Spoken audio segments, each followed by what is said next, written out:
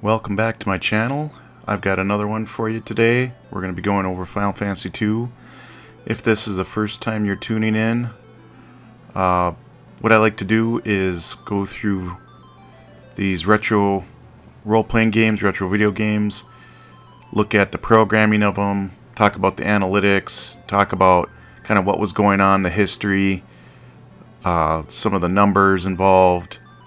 Basically just look at the game from all sorts of different angles. Kind of have a conversation style, and basically looking to just have a good time hanging out with you guys. So if you like the channel, make sure to subscribe, like, all that helps me out. Just a little channel, don't have a lot for production and such, but I think these videos are interesting, unique. So with that, let's take a look at Final Fantasy II. So let's begin with some of the confusion. In Final Fantasy, they have the Japanese and American version. Over here in America, United States, we didn't get all of the Final Fantasies, so this is where the confusion begins. And so, typically, the average person, if you'd say Final Fantasy II in the United States, they would think of Final Fantasy IV. And the reason that is Final Fantasy II for the Famicom, Final Fantasy III for the Famicom, never made it to the United States. They never got translated. They never came over during that time frame.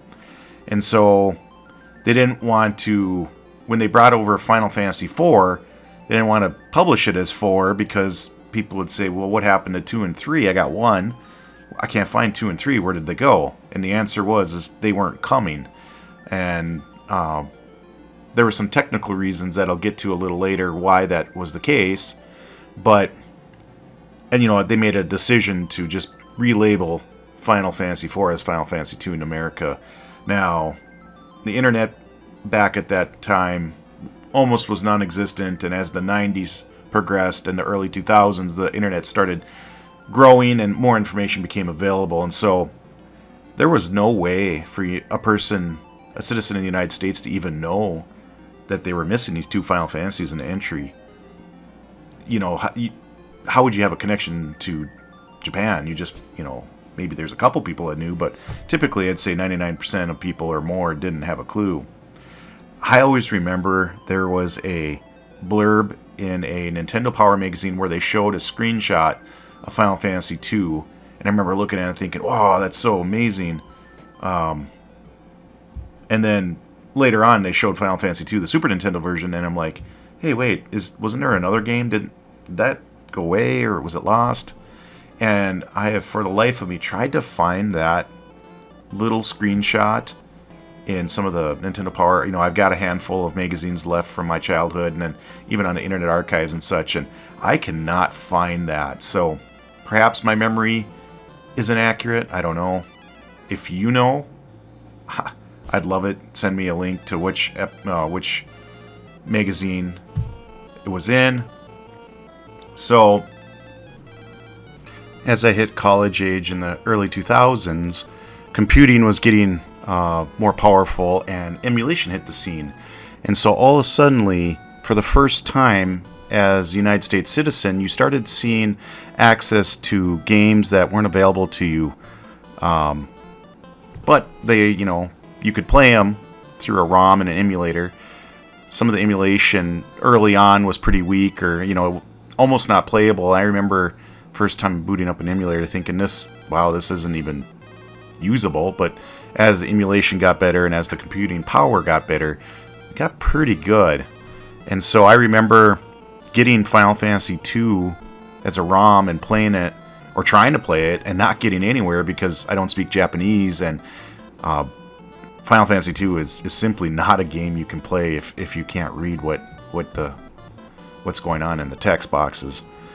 And so a little later on, kind of groups of people would get together and start home translating it, and the translations, I think early on were maybe poor translations, but as time elapsed, I think they got more sophisticated, and they would translate and update these ROMs. And so I don't know, I suppose like in the 2002 time frame, I actually played Final Fantasy II for the first time translated. And boy, what an interesting journey. So that's kind of my history of Final Fantasy II. Now I'm going to go into some of the interesting facts about what was going on when it was being developed, kind of the history, some analytics, and then kind of all sorts of interesting things. I think what you'll find is much similar to Dragon Warrior 2 as it was to Dragon Warrior 1. There's a big advancement in the game, but not to burst a bubble or give you a spoiler alert, Dragon Warrior 2 was really broken, but it was a great game, and as a child, I just knew it was hard, but I didn't really consider it broken. And even though I never played Final Fantasy 2 as a child, I was, adult age by the time I played it, it was broken as well, but not very fun. And so Dragon Warrior 2 is a fun game, great game, it's broken. Last video I talked about why it's broken, but I love it. I was looking forward to playing it, even though it's hard. When I knew Final Fantasy 2 was the next game, I was like, ugh. It's my third playthrough. It's a tough game. It's tough in that it's hard, which I like, but it's tough in that its mechanics are just not very fun. I love the story, great story. I love the game outside of the fact that it's not fun. So maybe I don't love the game. So for this run, kind of had fun, but I purchased a reproduction cart for the NES that actually has the translated Famicom ROM on it. And so this is as close as I can get to playing the original game, with the best translation on it that is out there anyways. And so with that, let's go into the history of Final Fantasy II a little bit. If we look at the timeline, Final Fantasy II came out almost exactly 1 year after Final Fantasy I. And so it came out in December of 1988, and it was actually just following Dragon Warrior 2 had been released already, and the interesting thing between Enix and Square at the time is in Japan, Dragon Warrior was this big hit, and Final Fantasy was too, but not as strong of a hit in Japan as it was, the Dragon Warrior series. And so when Enix had decided to make Dragon Warrior 1, they had a vision that, they could only do so much with the first game, so they were going to make multiple games and iterate. So basically, do what you can with the programming of the first game, what you learn with that, advance the second game, learn more, advance, and such. But Square was still looking for their place in life. They'd had action games, and they were kind of evolving into these really rudimentary action adventure games, action RPG games. And when I say action RPG, I'm talking very rudimentary. And so when they decided to embark on Final Fantasy, they didn't really have a vision for a Final Fantasy 2 or a 3. And with that said, they kind of put all of their creative energies into Final Fantasy 1 and didn't really, think about the next step. Well, as Final Fantasy 1 was a big hit, then they knew that they should probably iterate, and so they made some decisions, and, they, much like Enix, were looking to expand the capabilities of the game and kind of the thoughts and, bigger, badder game. With the success of Final Fantasy 1, Square immediately got the team back together to start the development of Final Fantasy 2. So Hironobu Sakaguchi returned as the lead of the project, while Yoshitaku Manu once again was the character art design, the non-in-game assets, but the beautiful art that goes along with the Final Fantasy series. Nasir Gabelli returned as the primary programmer for the game. Kenji Terada wrote the scenario. Nobuo Amatsu returned as the music director, and then some additional staff joined in from some of the other Square teams that included Hiromichi Tanaka, Akitoshi Kawaza, Koichi Ishii. These three were additional game designers, And then they also brought in a couple extra programmers to work with Nasir Gabelli, Naoki Okabe, and I'm going to give this one a shot, but Katsusha Higuchi? Nah, I don't know how to say that one, but so essentially they increased the size of the team, and that team worked together for a year to develop Final Fantasy II. With this game having an extended development cycle of a whole year, Square hit an interesting roadblock. Nasir was working in Japan on a visa permit, and it expired, and so the lead programmer basically had to go back to the United States and was not able to stay in Japan to continue work. And so Square made a very interesting decision to pack up the team and all the specialized computer equipment and gear, fly over to the United States, and then continue development in a hotel next to where Nasir lived.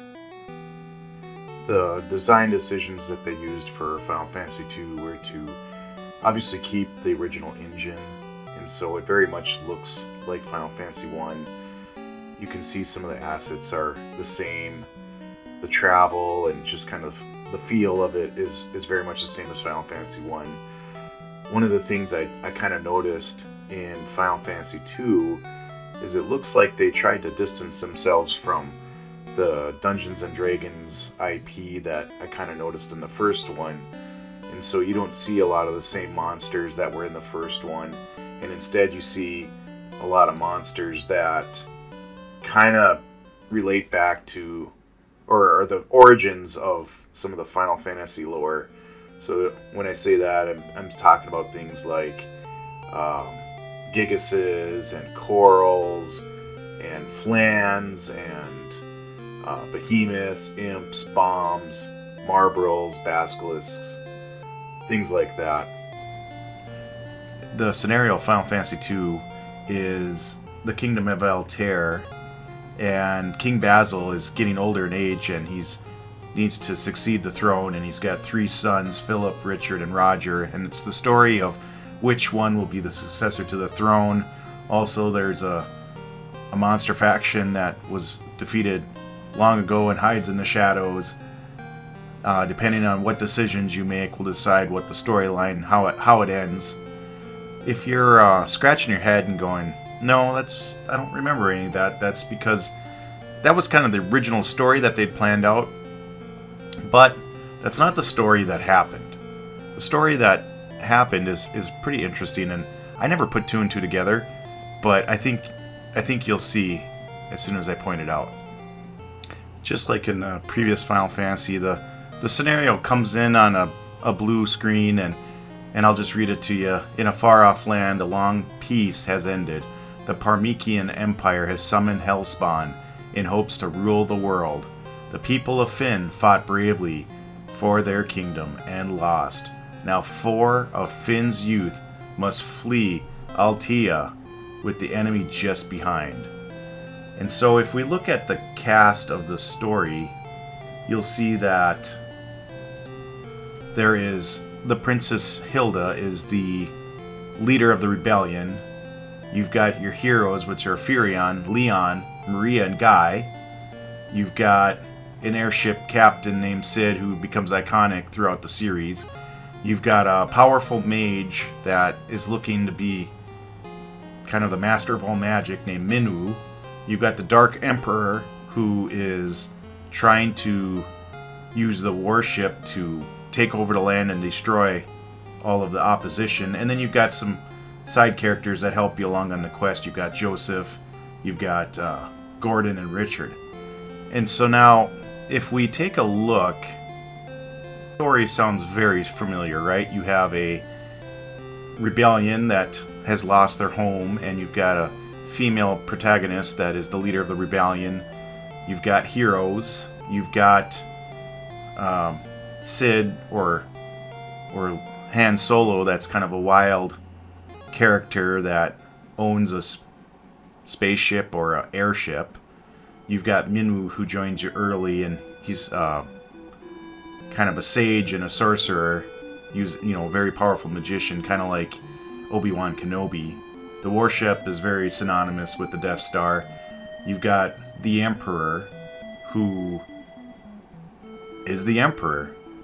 And then you've got a Dark Knight that is synonymous with Darth Vader.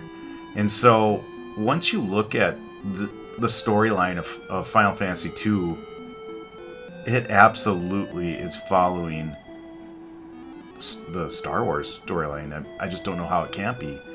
And that's even something that they've kind of said is, you know, the original story, they morphed it into this story, and some of the designers of the game were big fans of Star Trek and Star Wars, so it's not a big stretch that they kind of modeled their story off of the Star Wars franchise. In the original story, they had big ambitions, and they had big ambitions for the game, and obviously a lot of the ambition made it into the game, but they were thinking of things like multiple endings where you could follow one of the three sons out to the end, or pick none of them. You could basically decide who the successor would be, and the story would arc and branch off based on your decisions. They had a plan to have like a morality system, kind of, to me, very much like Ultima, where you would make decisions that would make you more good or more evil, which would also affect the storyline. The game that I think of outside of Ultima that really done this well is Ogre Battle, which was originally on the Super Nintendo. That game has a very good morality system, I guess, even though it's invisible. You know, you can't see what your score is, essentially. It affects the gameplay quite a bit.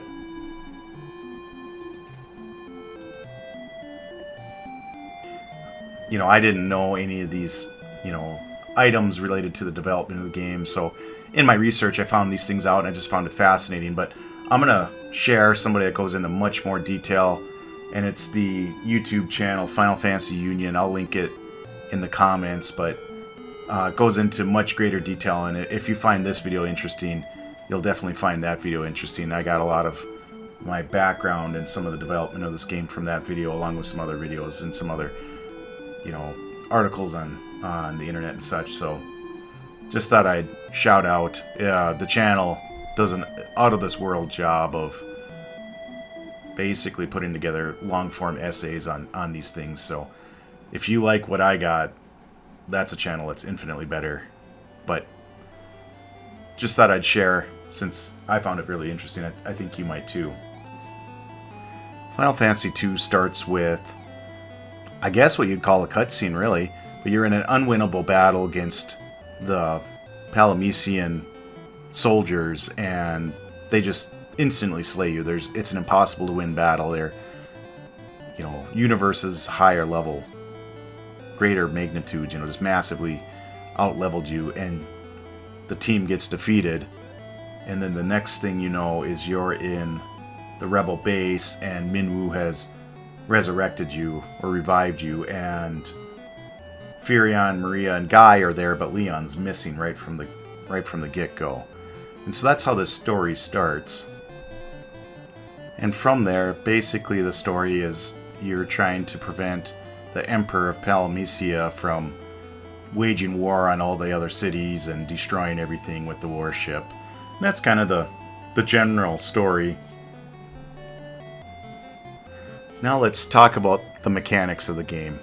This game is really unique in a lot of ways. They really changed the formula of the first Final Fantasy. So the first Final Fantasy, I would say, is very traditional in the way that you have experience points, hit points, levels, progression.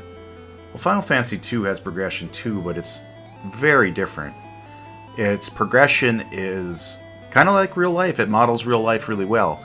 And so in real life, you don't have I'm a level 3 blacksmith, or I'm a 2.5 chef, or whatever. You just get better as time elapses.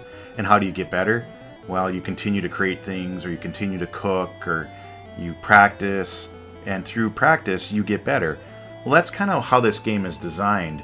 And so there is no levels, there's no experience. You're constantly progressing, and so the actions you take throughout the game decide what your evolution will be. If you equip a player with a sword and a shield, and they attack with it often, their sword and shield skill will get stronger, and they'll get stronger. If they take a lot of damage in battle, they'll get more hit points. If they use a lot of magic, their magic will get stronger, and they'll end up with more magic points. If they dodge attacks, they'll get better at dodging, that kind of thing. So it's very much like real life, and I would say that is actually really forward thinking. I think that kind of model shows up in MMOs, at least in Final Fantasy XI it is there, and it's progression by doing. But the problem with Final Fantasy II is the system's really clunky and it's really slow. And the game, it's too much like real life in the fact that, I want to progress the story, but I have to be a master swordsman to get through it. But I have to practice hours and hours and hours to get better at the sword. And so that part's not very fun. It's a lot of grinding. The difficulty of the game's really hard. And the fact that your progression is so slow, them two things go together to make mechanics that are just really frustrating. And so it's just a grind. And then you add on the fact that when they did dungeon design, they just went over the top. And so I think that's similar to Dragon Warrior 2, because in Dragon Warrior 2 the dungeons are very difficult. But in Dragon Warrior 2 they designed dungeons that were really interesting, and they made a lot of sense in the world of physics. Like, it was all lined up, it all made sense, and they were just astounding dungeons. In Final Fantasy 2, they just feel like, if you know what Runes of Undermountain is, it's just a slog. That's just kind of sloppy, I guess. It's just sloppy is the best way to put it. They've got these really deep dungeons that are really hard, and they're just made to be over the top difficult for the sake of being difficult. And so an example is the 3-door example. You'll come across many places where they'll just put 3 doors, and it's a 1 in 3 guess. And it's kind of like if you ever watched American Gladiators in the 80s and 90s, at the end of the Eliminator, you had to go through like a paper door, and two of the, there's 3 doors, 2 of them had gladiators, and one was, to the end. This is kind of the same concept. You have these 3 doors, 2 lead to nowhere, but a square room that doesn't make sense in the physical size, and then it's got a massively high encounter rate that just slows you down in the dungeon. And then the third room, progresses you to either a treasure chest or to the stairs or the whatever you might be. But they've just the dungeons just seem lazy is the best way to put it. They just made it overly hard, long, and then the amount of monsters and the difficulty level of the monsters make these dungeons really difficult. I found myself, there's a couple dungeons that are really hard. And so I would sit down, a lot of times I only have a half hour to play here and there. And I'd sit down and I'd be progressing this dungeon. I'd get an hour into it and die. And I'd be doing really good. Like, I'd be doing good for 50 minutes and then hit an unfortunate encounter where I got turned to petrified by cockatrices or what have you, or confused or what it is. And I'd just quickly lose and be like, oh man. And so I would say I probably spent, I'd say at least 10 hours just redoing dungeons, where I'd literally take a swing at that dungeon, get a false sense that I'm doing fine, and then die, and then lose all that progression and be like, ah. So you find yourself like getting more cautious, so then you do things like you dig down into the dungeon a little bit, look around, kind of figure out what's going on, and then even though you're doing fine, you escape, save the game, so you at least are saving some of that progression and not just losing an hour and all the leveling. And so that was so frustrating. Because of the difficulty of this game, you find yourself cheating. I don't know. If it's a bug in the game and it's an exploit, is it cheating? Yeah, kind of, because that's not what the developers of the game intended. And so the obvious cheat is every time you confirm an action, like I'm going to take Furion and I'm going to attack, you have a chance that you're going to progress the weapon you have equipped. Sword, axe, dig or whatever. And what you do is now you're on the second character to select the second character. Now you can cancel. You hit B, you cancel, you go back up to the menu of the first character. This is most RPGs work this way. But the programming bug is this. They didn't reduce the skill up if you cancel the action. And so every time I've played this game, I've played it through 3 times, you find yourself playing the confirm cancel dance, where you're hitting A and B, like attack, cancel, attack, cancel, attack, cancel, trying to level your weapons up. And that is not fun. And I wouldn't do that if the game wasn't so flippin' hard that you can't get anywhere unless you do stuff like that. Now, the other odd thing is the fourth character is a rotating character, so you'll get different characters throughout the game, and they'll come and go. But outside of Mingwu, they're all pretty weak. Their magnitude's weaker than you are to progress the game. So if you're at a certain part in the game, you're at a certain progression level, but that NPC that's joining as the fourth character is way under the level you are at that point in the game, and so they're just really weak. So the funny thing is with this confirm cancel dance, you can't actually do it with the fourth character, because once you confirm the fourth character's action, then it goes into combat. So there's no fifth character to go back to and cancel to the fourth character.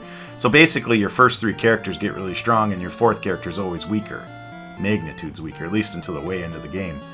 Now, the other thing that players do is they introduced the ability to hit yourself. And so if you're confused in this game or sleeping or whatever, you can hit yourself. Well, the irony of this is, if you want to get hit points and level up your HP, you take damage.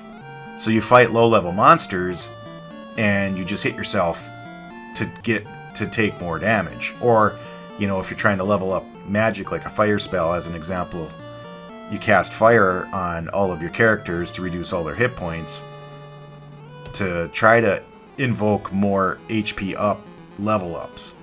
And so that's you spend the beginning of the game doing a bunch of confirm cancel, a bunch of punching myself in the face, and then that's how you try to level up. And if you don't do that, it's so slow. And even when you do that, it's still so slow. So the game progression is just so incredibly frustratingly slow. And then there's the third one, which I haven't seen anybody else do, but it's something I figured out on accident the first time I played through, is the world map is really odd. And if you look at it, it's almost like one major continent. It actually is a vertical ring.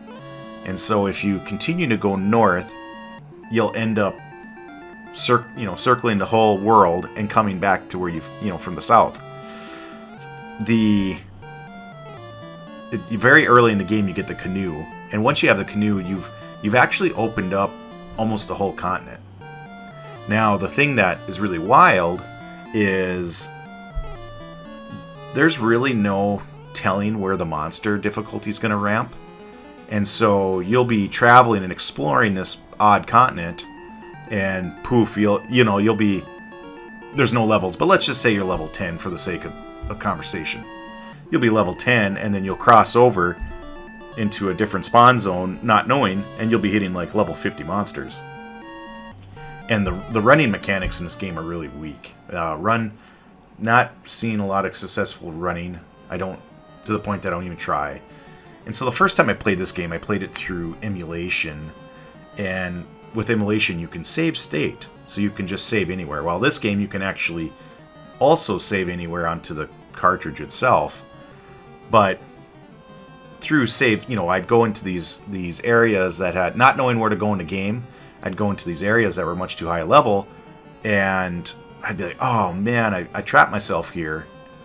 And so I'd load the save state, and I noticed that when I'd load the save state, I'd get the same encounter in the same square. It would, when you save state, it saves all the variables and the programming in the cartridge. And so you're just taking a snapshot of that point in time. And so if you load that state, you're playing exactly the same way it would have. Well, if you reset, whether you reset the Nintendo or Famicom or you reset the emulation, it clears out a lot of them variables. And so what you can do is you can walk a little bit and then save the game.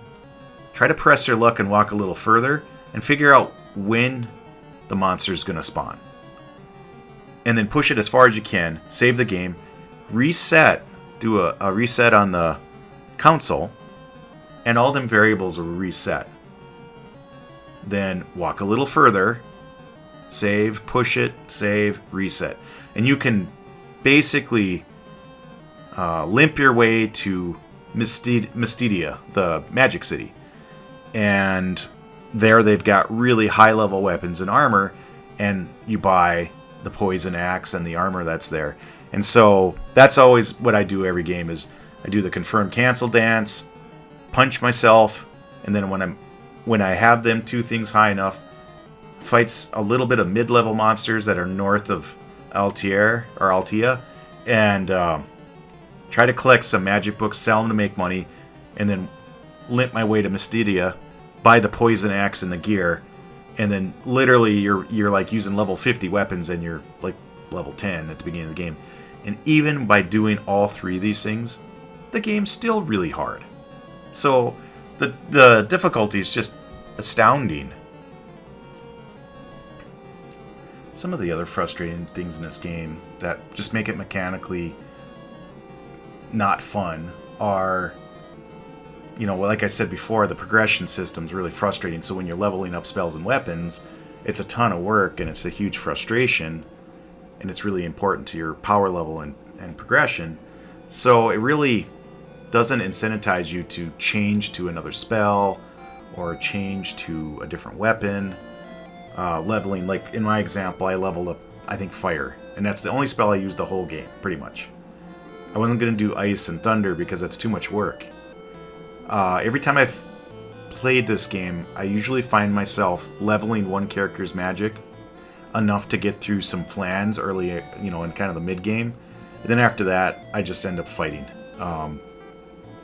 It's just quicker, and since there's so many, such long dungeons and so much attacking, I just kind of punch my way through this game.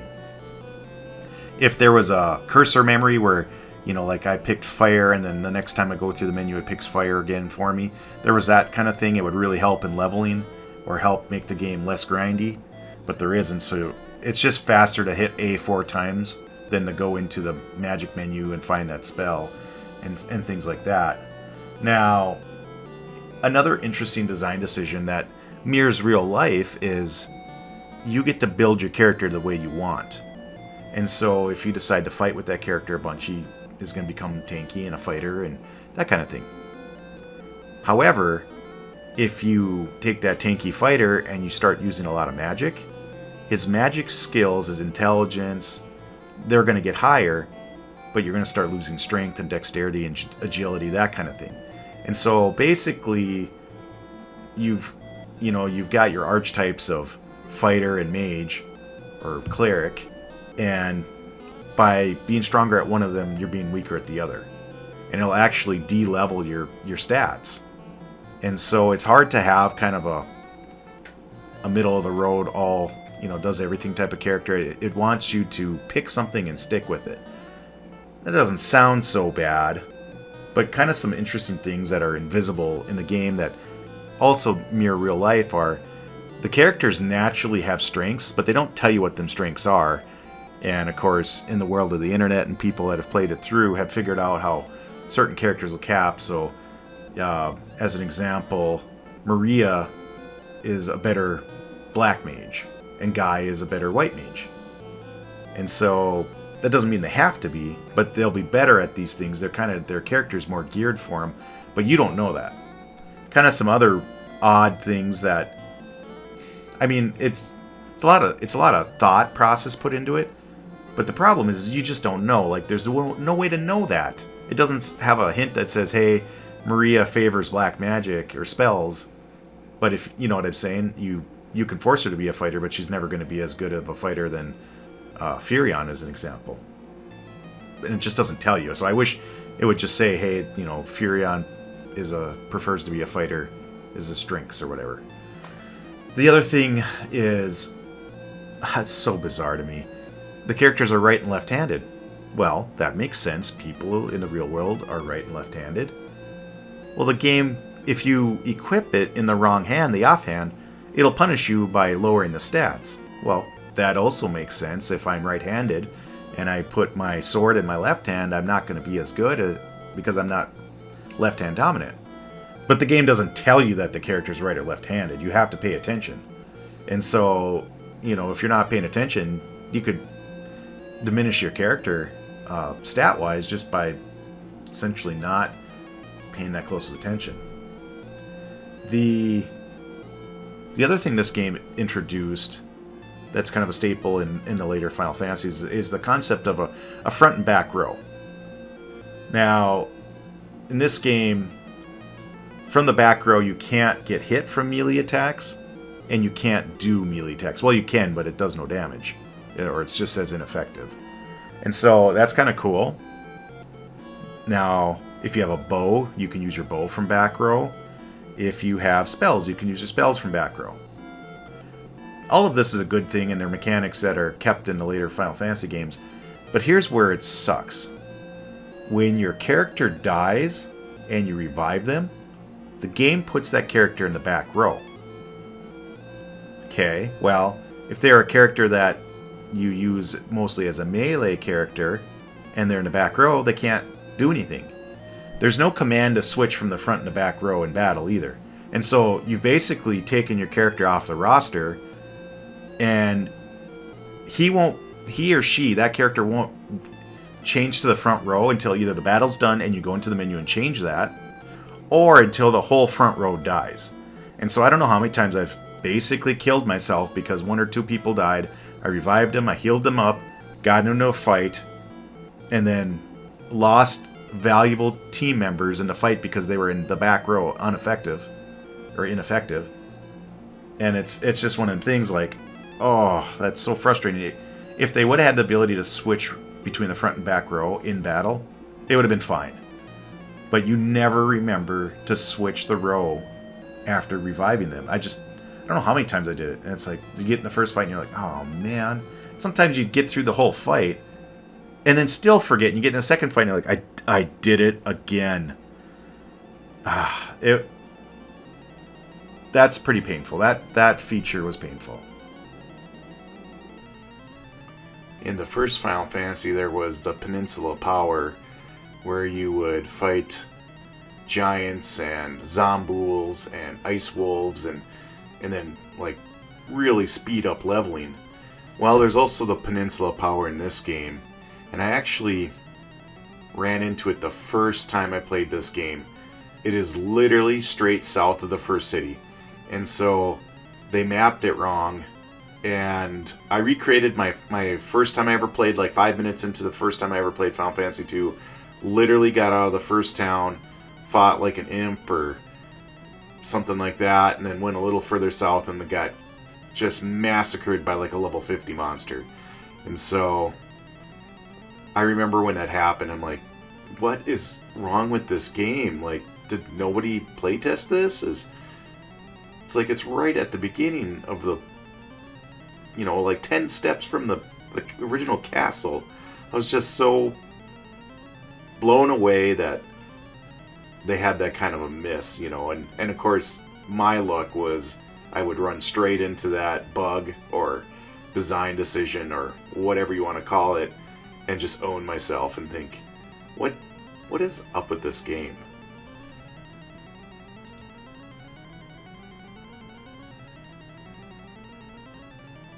The magic point system. So in the first Final Fantasy, you had spell slots and how many number of times you can cast a spell in the slot, which was pretty much how magic worked in Advanced Dungeons and Dragons.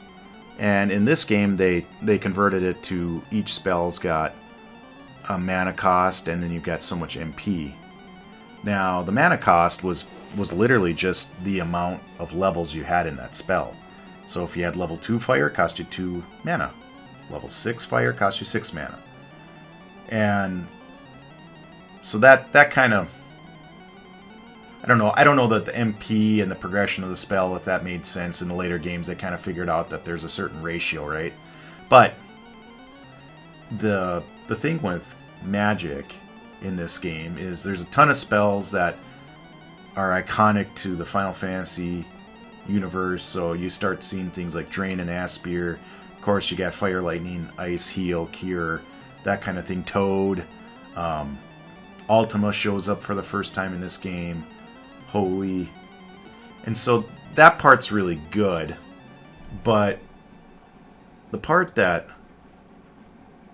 is challenging is, like I said before, it's just a lot of work to level the magic, and it's a lot of work to level one magic spell. And so the only spell I really leveled was Fire on a character, and they did introduce like strengths and weaknesses. So the Flans, as an example, are highly physical resistant, but they're weak to magic. And so there's one dungeon where there's a ton of Flans, and so by the time you get there, you really do want to have at least one spell leveled up decently to beat your way through all of the Flans in there. Now, the kind of some interesting things is, and I've never played it this way. I guess the spell Toad is completely, and Teleport are completely broken. You can teleport and Toad just about every fight in the game if they're high enough levels. So I think what some people do is they grind them spells up early on in the game, and then they just Toad their way through the whole game. Another thing that I've never done, but I kind of read on, is there's a spell, I think it's called Change. I don't even know that I had it on my roster, but basically you switch hit points between you and yourself and a monster, and the hack there is the mechanics of the game. So if I'm let's just, I know there's no levels, but let's just say I'm like a level 20 character and I'm fighting a level 2 imp. If I have Change and I switch his hit points and my hit points, and he's got 600 hit points and I go down to 12, the game thinks I've taken that much damage, and so it pushes more HP up, level ups. An interesting thing that happened in this game is, part of the storyline is you have to get Ultima, the ultimate magic. And it's, a key part of the story. It's the only way you're going to stop the Emperor, that kind of thing. And I guess this is a term that I've seen in the real world. It's my term. I've never heard anyone else use it. I don't know if other people call it something else. But here's the concept. When you are a developer, sometimes you have really specialized knowledge about the application, the program, the system, whatever it is. And as somebody that has a lot of knowledge, oftentimes people go to you as their go-to person. Well, I've seen it in my career where people that are in this scenario, some of them use that as leverage. And it's not being very nice. And so they're out to get something or treat somebody a certain way. It's all bad. It's not a good thing. And you're leveraging the concept that I've got unique knowledge on this that nobody else has. Therefore, I want perks, or I want to be treated a certain way, or I'm going to be a jerk about it, or I don't know, stroke my ego, that kind of a thing. And so what I call that when I see that is, I call that software terrorism. And the person that's doing that is a software terrorist.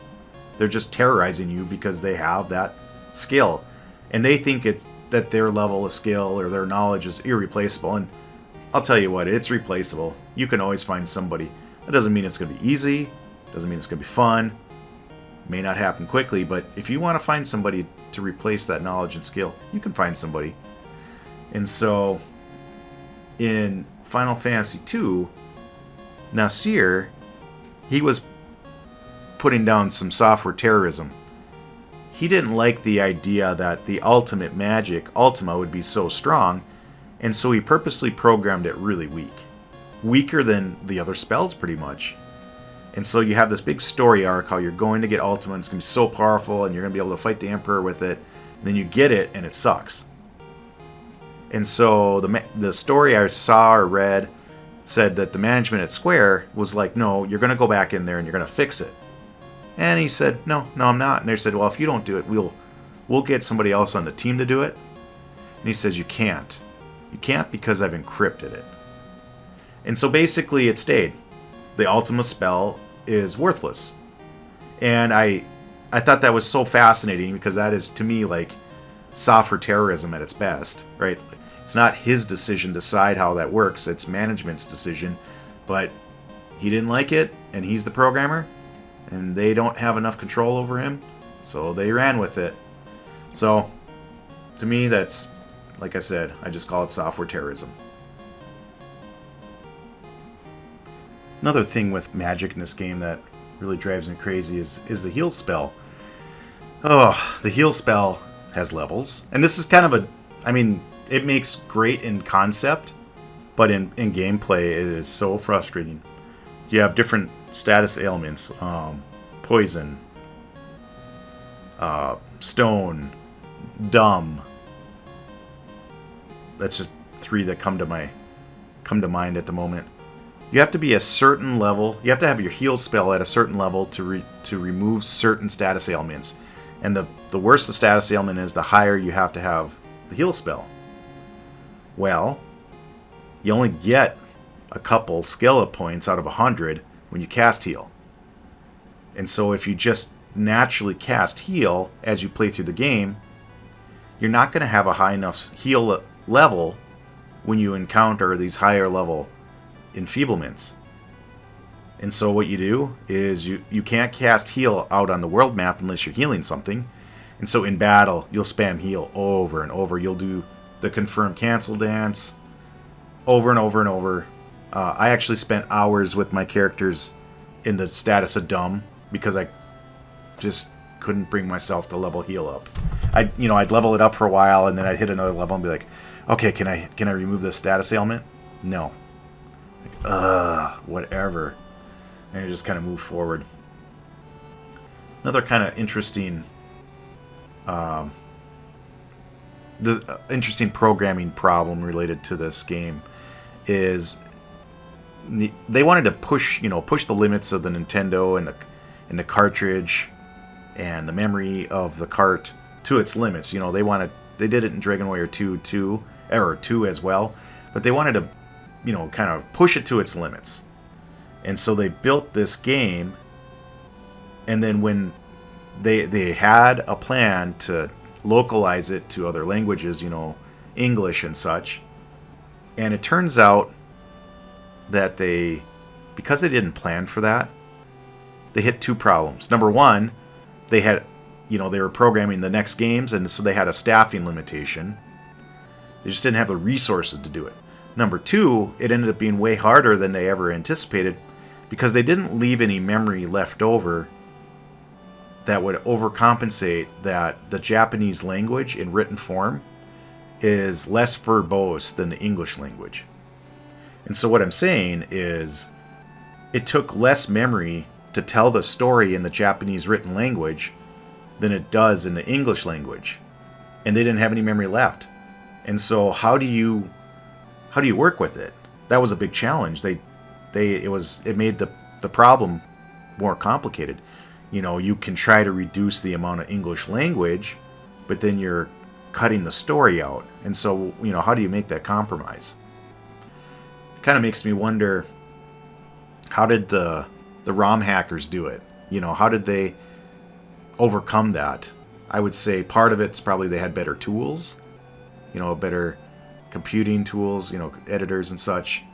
Other than that, I don't know. But it's something that, they basically passed on Final Fantasy 2 and 3 for that reason, because they lacked resources, and to convert it was, it was difficult because of the memory constraints. And if you think about it, in a development cycle, what are you planning for? You're planning for design, development, testing, deployment, that kind of thing. And they they didn't put money in their project plan or resources or a timeline against translation. They didn't even think about it. They were just so focused on getting the game done and out that they didn't think about how that would change their planning. They could have planned their memory utilization differently if they would have been thinking like that, but it was an afterthought. So it basically kept Final Fantasy 2 and 3 from coming to America. So let's talk about some of the things that Alright, the mechanics are bad. The mechanics make this game miserable. The story is great. I love the story. There's a lot of things I like about this game, but the mechanics of the game is why this game always gets rated last in the Final Fantasy series. But let's talk about some of the things that this did for the franchise. This game is actually really cool outside of its miserable mechanics. And so some of the things that I really like about Final Fantasy II is, of course, you've got the first time chocobos have been introduced into the story. You've got airships being a big part of the story. You've got Cid, who is a iconic character that is in all the Final Fantasies after 2, so got to start here. Like I said earlier, you start building the lore around Final Fantasy's worlds, or the universe of Final Fantasy's monsters, things like Corals and Marlboros and Gigases and Behemoths and such. And a lot of that imagery started in this game, and so that's really neat. The magic system is starting to evolve into its contemporary format. You've got the front and back row, and then they had a really interesting mechanic that I really liked. And so earlier I said they had this vision of having all these different endings and being able to kind of work different things. They have a keyword system, and that certainly doesn't generate different endings, but what it does is it makes NPCs more important, and you're progressing the story with these keywords. And so the keywords might be like the secret password to the rebel army, or something that relates to the story, like the warship or the Dark Knight. And you go around and you talk to the main characters of the story, the main NPCs, and you talk to different, say different keywords, and they go, "Oh, you know about that? I'll give you more information," and it progresses the storyline. The problem with it is, I think they should have spent a little more time, because what you end up doing is sometimes it's not real clear where you should go next, and so you kind of go back to all your key NPCs like Hilda and Paul and different main characters, and you just go down the keyword list. And it's like this one, this one, this one, this one, and you just kind of walk through it. And often what they do is they have no, they kind of give you a perplexed look and oh, I don't know what you're talking about. I don't know what you're talking about. I don't know what you're talking about. Oh yeah, that. Now you need to go here. And so I wish they would have spent more time to add more flavor there, so that if you did ask the wrong question, it wasn't so blatantly obvious, but it still built the story. Or they would say something like, "I don't know a lot about that topic, but I know this," or even give you a clue. I don't know. The keyword system was really neat, don't get me wrong, but they could have spent a little more time with it. One of the things I think they really focused on in this game is environmental changes. And so it's kind of neat, but different. Like the warship attacks and then a city gets leveled, and that it's now changed on the map. And so as you progress the story, the environment was changing in a physical way. That's something that you really didn't see in Final Fantasy 1 outside of blowing up the peninsula to let the ship through in the Dwarven area with TNT. And that's the only interaction with the map that I can think of. But in this game, they had all the interactions. They also had, when you go into the magic tower, an animation happens, or you get sucked in by Leviathan. These kind of things were made you felt more immersive, right? You were interacting with the environment, and the environment was interacting with you. So it was just kind of neat. I enjoyed that. They definitely did a lot of work to incorporate these elements into the game.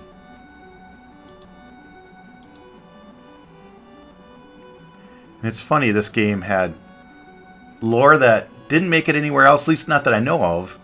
And I gotta laugh, but there's one part of the game where there's beavers, like kind of like Moogles, but not. It's just odd. And then another part of the game had masked people, which was odd as well. The masked people, I don't even know what they're called, but they remind me of a Shy Guy from Mario Brothers 2 or something like that. And it's funny, you know, that them two elements never really made it any further in this game that I'm aware of. But didn't, yeah, it was just odd. Kind of makes me laugh, you know, when I first saw it, I'm just like, huh, this is different. Let's get into the analytics of this game. Well, this game, let's take a look. How long did it take me to play it? A playthrough. Now, I'll remind you that I've played this game 2 times through, so I roughly know what I'm doing. I'll tell you, there's a couple points in the game where I just got so stuck. And like before, when I played Dragon Warrior 2, I really tried not to just look on the internet what to do next. I spent some time trying to talk to the NPCs, see if there's a clue I'm missing, figure it out. There was 2 parts in this game where I just was infinitely lost and wasted a ton of time. One was when you have to go back into that one cave to get the snow sled. I knew it was next to that big rock, and so I just kept going there, and I'm thinking, oh, there's got to be something I got to do to trigger this part of the game. And here it turns out that the rock is the identifier, but the wall, if you talk to the wall facing the right direction, it then gives you a message box that says, do you want to go through this secret tunnel? And it's like, oh my god, really? How would you know? There's no mechanics in the game that tell you that you can click a wall and that there's a secret there. And so yeah, there's a clue that it's by the rock, but it's just not obvious. And then later on, you have to go into a secret part of the Altea Castle, and here it's up in the throne room. And it's the same thing. Like, I searched every square of that castle trying to find where to go, and I could not figure it out. And here, it's kind of the same thing. It's just, I had to look it up, and I'm like, really? It's just a secret passage there that you don't walk into. You have to essentially click it by pressing the A button. And so that, you know, the time wasted trying to figure that out, stubbornly trying to figure that out without looking it up. And then the time, as I mentioned before, where I'd spend 5-6 swings at a dungeon before I'd complete it and waste, 4 or 5 hours in the process. This game took me 57 hours in comparison to Dragon Warrior 2, which I was able to max out in 35 hours. Now, I didn't max out my characters because I just don't have the heart for it. And what is maxing them out? Is it getting level 16 on a weapon? Well, I did that. Is it getting level 16 on all weapons? No, I'm not going to do that. I actually thought about programming a joystick program to do the confirm cancel dance for me, and then, just setting a macro in a program to do that. And then I remembered that I'm not actually playing on using a computer joystick. I'm using the Analog Mini NT, which is just hooking up through HDMI. So I'm only importing the video into my computer, but I've got no input device that hooks the computer. So writing a program to automate the confirm cancel dance, it wasn't going to work unless I'd go to emulation. I didn't really want to. And so I didn't max out the characters. I just couldn't do it. I just couldn't. I mean, it's a big enough task just getting one spell maxed out, your weapons maxed out. I mean, that's plenty. If we look at the financial analytics for this game, you'll see that it actually outpaced Final Fantasy 1 in Japan. And I'm kind of impressed. In fact, I'm just blown away. But the total sales weren't nearly as good. largely because they didn't sell it in the United States. The other thing is, you know, it was, even though it was better sales figures than Final Fantasy 1, it you know, Dragon Warrior had it beat hands down.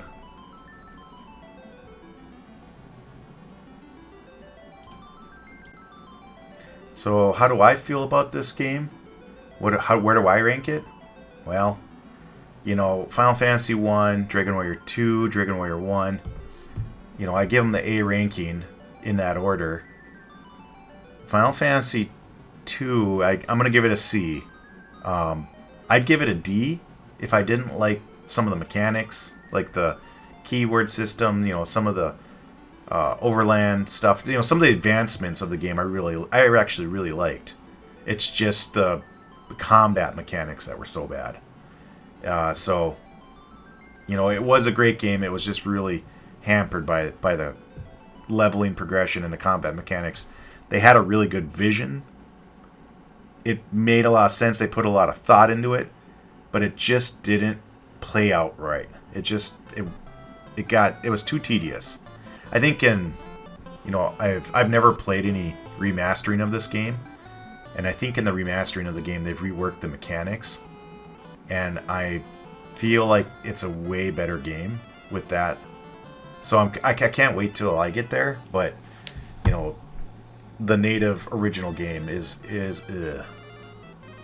So where do I put my rank between Square and Enix after reviewing the first two entries in their franchises? Well, Enix is hands down better. Final Fantasy is my favorite out of the 4 games, but Dragon Warrior 1 is pretty good for its time, 2 is a great game, and Final Fantasy 2 is a tough one. And so I just, you know, based on this timeline of where they were at in their culture or in their progression, you know, to me Enix was just hands down better. Enix and Dragon Quest was very popular in Japan. Meanwhile, they didn't break through to America as well. And then Final Fantasy, on the other hand, was less popular in Japan, but broke through to America much better. Kind of interesting how that worked out. All right, my last bit of data for you is, how's the channel doing? Well, I have no illusions of grandeur or anything. I don't suspect that I'll ever get much for views, but I'll be honest with you, like, I think it's doing awesome. This is way better than I ever thought of. A lot of people are commenting, and I try to reply to all. It's, you know, when I say a lot, I'm talking like 14 people, but that's a lot to me. I would have been happy if I got 50 views on any of these videos, and so the fact that I've gotten, I don't know, what, 1,400 views between all 3 videos, that's pretty amazing to me. You know, I couldn't be happier. Maybe as I put more videos out there, it'll grow. Maybe it won't. I don't know.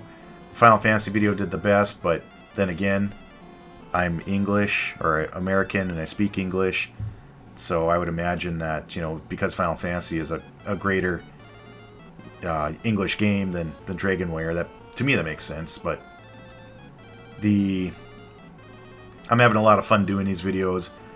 Sadly, it takes me a while to play the games, and then the amount of work that goes into trying to chop these things up is just incredible. You take 60 hours of raw video, and then you got to cut all that up, and then you put in all the music and kind of try to dial the sound in right, and then you got to do the voiceovers, and you got to try to line it all up so it doesn't look like total junk. It's a lot of work. So basically what that means, it's just me, and I'm not an expert at these things. I'm just a dabble in them, so it takes me a while, and you know, I'll probably put out a video every couple months if I can keep this pace going. But hopefully you're enjoying it. Please comment. It's small enough that I can literally reply to all the comments. You know, I'm trying to bring really interesting information. I always try to look at the numbers, talk about development. You know, historically I've been a developer in the workplace, and so I'm in business systems, which is totally different than games. But you know, development, whether it's games or business systems, there's a lot of things that are this common, and so it's really fascinating to me to see kind of how these things developed. gosh, I just so enamored in the idea that in early computing you could get 5 guys together that were really smart and you could build something that was just so fun and iconic. When I look at modern games, they look unbelievable. But they're kind of like they're AAA games are what? They're like a movie, you got thousands of people that work on them. Nobody's making games with 5 people or a dozen people. I mean, they're indie games, but when you talk AAA games, it's like building a movie. You got hundreds and even thousands of people that work on them. So this old era where computing programming technology was so archaic, and the hardware was so weak, you had to be so innovative, and then to make games on top of it that told such a great story and just really, like in my life, really give me a passion for numbers, analytics, a passion for role playing, that kind of thing. It's just so much fun. And so that's kind of what these videos are about to me. Is I'm just trying to share some of my passion with you, trying to make it interesting. You can go watch 100 Final Fantasy videos, even Final Fantasy 2 probably, and there's a lot of really good stuff out there, but I always try to bring a different angle that you might not see anywhere else. And I always, my ultimate goal is to get people excited about, well, certainly role-playing games, but just some of the design, programming behind it, concepts of programming, analytics, these kind of things it's my business passion, but it's kind of mixing my childhood, which is playing RPGs, and then, my adult life as a business person that works on these kind of systems. So, like I said, comment if you know something that I don't. I'd love to read it. I try to do the best I can researching, but it's there's no guarantee that the information I find is accurate. The internet accuracy is always in question, but to the best of my knowledge, it's accurate. So if there's anything I missaid, just throw it at me. I'd love to know. Any comments about what you like, don't like, I'll try to listen to them and adjust. Know that it's a one-man show with a kind of the minimal amount of software and equipment to make it work. So probably it's never going to be AAA or anything near that, but it's still fun, and hope you're having fun. Follow the channel, like all that stuff, comment. That helps get the word out there. So what's my next journey? That's a great question. Well, I think you could probably put 2 and 2 together. Gonna go into Dragon Warrior 3, and a little spoiler on that is Dragon Warrior 3 is just one of my all-time favorite games. So now that I've brutally gotten through Final Fantasy 2, I just can't wait to play Dragon Warrior 3.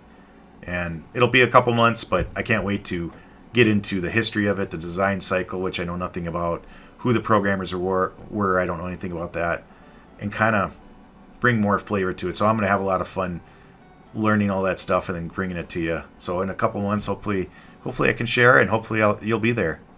All right, I'm out for tonight. Have a great night.